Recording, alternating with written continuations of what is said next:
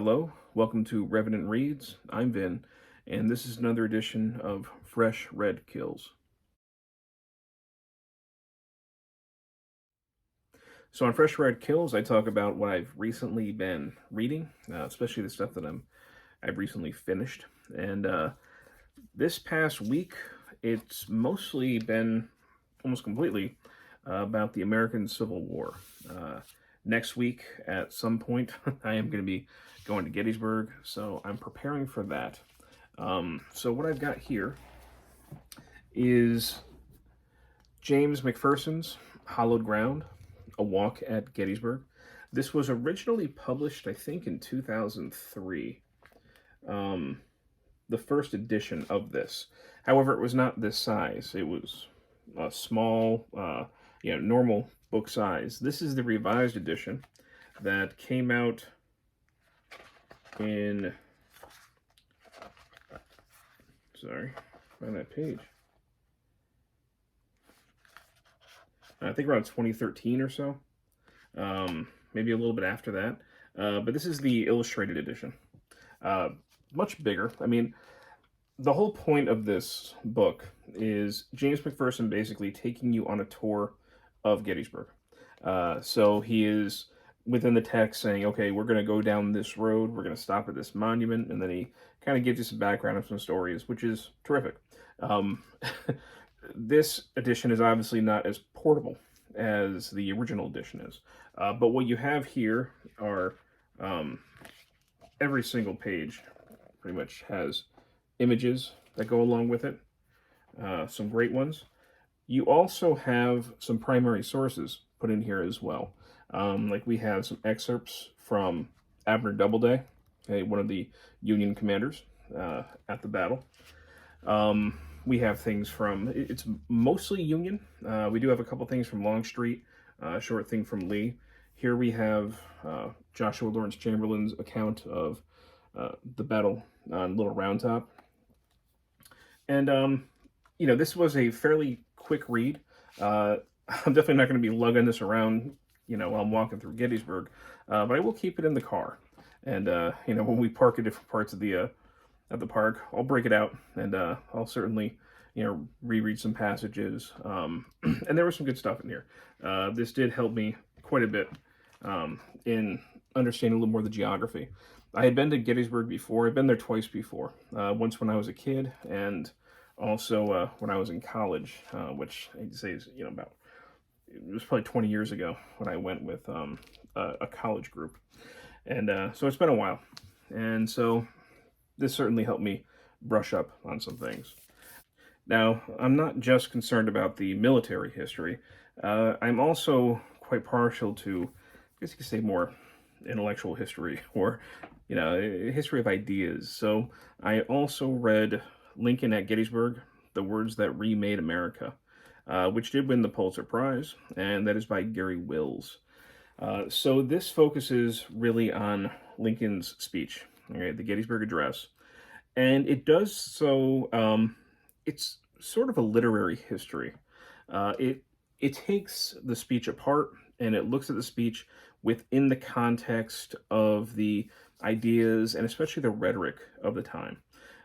So, I mean, if you've never seen the Gettysburg Address, it is a very short speech. It's only a few paragraphs. But it's incredibly influential, incredibly important to the national history. So I'll read a passage that kind of gets to the heart of one of the things that, Wills is saying that speech did. And this comes right after a passage where Wills is talking about the stench of death that still permeated through Gettysburg. The speech was given to inaugurate the opening of the National Cemetery there. And there were still bodies that hadn't been buried. Many of them had been buried previously, and they were disinterred, and they were being moved there. But they were just exposed graves and corpses around. So you could still smell the death in the air. So he kind of talks about this speech as being something of an antiseptic in certain ways. But this is what he talks about with the impact. He says, Lincoln is here not only to sweeten the air of Gettysburg, but to clear the infected atmosphere of American history itself, tainted with official sins and inherited guilt.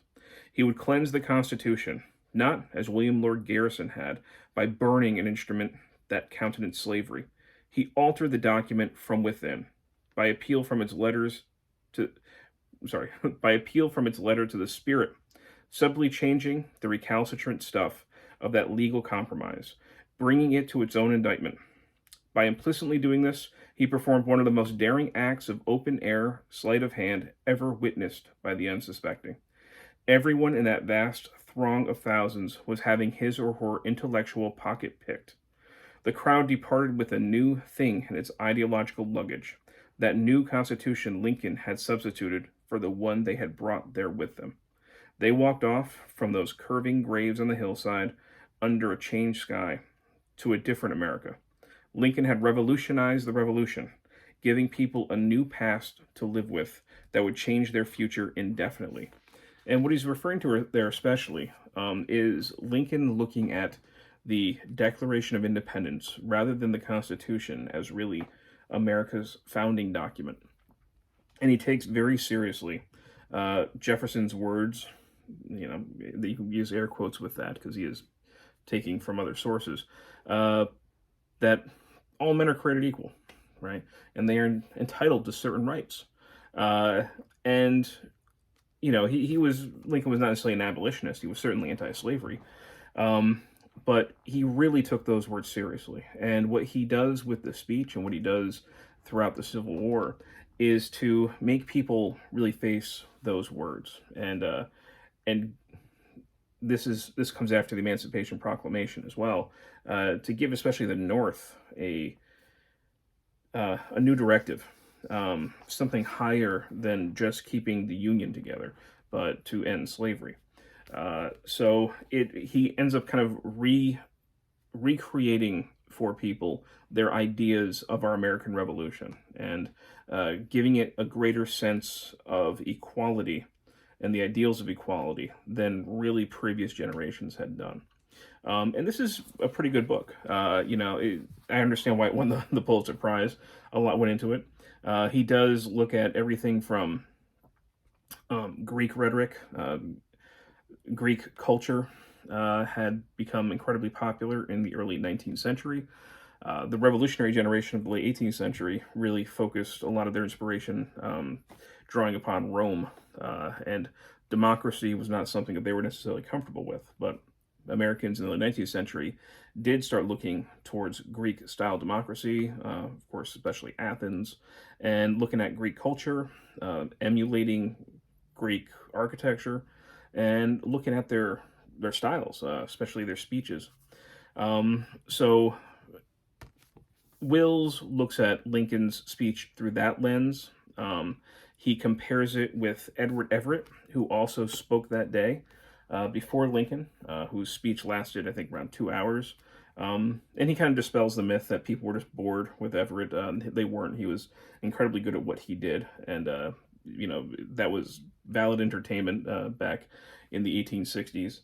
But he says that, you know, Everett talks a lot about the Greeks, but Lincoln, in his brevity, emulates them a lot more. This also goes into the culture of rural cemeteries, which were being popularized during this time. I found that chapter incredibly interesting. And he also looks at other things like Lincoln's second inaugural address, even some early Lincoln poetry. He goes back to some of Lincoln's speeches from the Lincoln-Douglas debates. And he draws on all those things to try and get a clear picture of exactly kind of where Lincoln was coming from with the speech. So I'm going to read one more book related to Gettysburg before I go.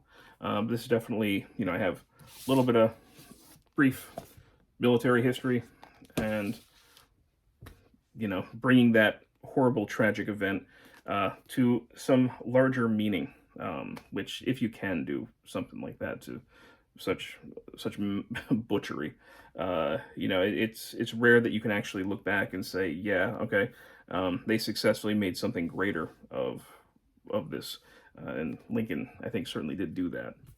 The only other thing that I've been reading just recently is following along with Steve Donoghue and also Matt Mayberry Bookclub. They are doing a read-along of Batman Year One by Frank Miller. couple months ago, they had done The Dark Knight Returns by Frank Miller, which is an iconic 4-part comic book series that is more iconic than it is good. And Steve Donoghue had promised, I guess, Matt, this is a better graphic or issues of a Batman story overall than The Dark Knight Returns is. And I have the original copies here. I'd read this years ago. I didn't buy these when they were new because this came out in 1987, so I was 6. But I do remember when I got them. I think it was maybe in high school. Me and some friends had taken the train from Connecticut to New York City to Grand Central, and we went to a comic convention that was happening at a hotel, I think near Madison Square Garden. And this is back when comic conventions were actually comic conventions. It was just a bunch of nerds buying and selling comic books, and you'd always have somebody at the table with a bunch of bootleg, VHS movies from hard to find movies and shows and things like that. And it was there was no Hollywood pitchmen at those things. But I had gotten these really cheap there one time, and I remember reading them on the train on the way back.